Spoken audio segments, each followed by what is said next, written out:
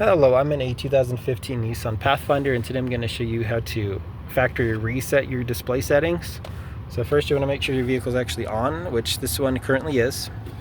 And then we'll be watching this area for all of the toggles we go between using these buttons here on the steering wheel, starting with this one to go between the menu options.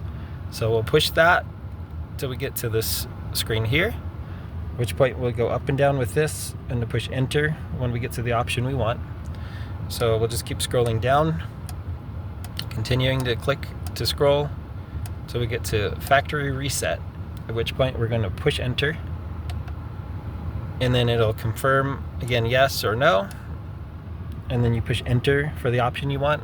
I don't want to for this particular model, but if you did want to, you would just push enter at this point on yes, and it would factory reset. I hope that was helpful and hope you have a wonderful day.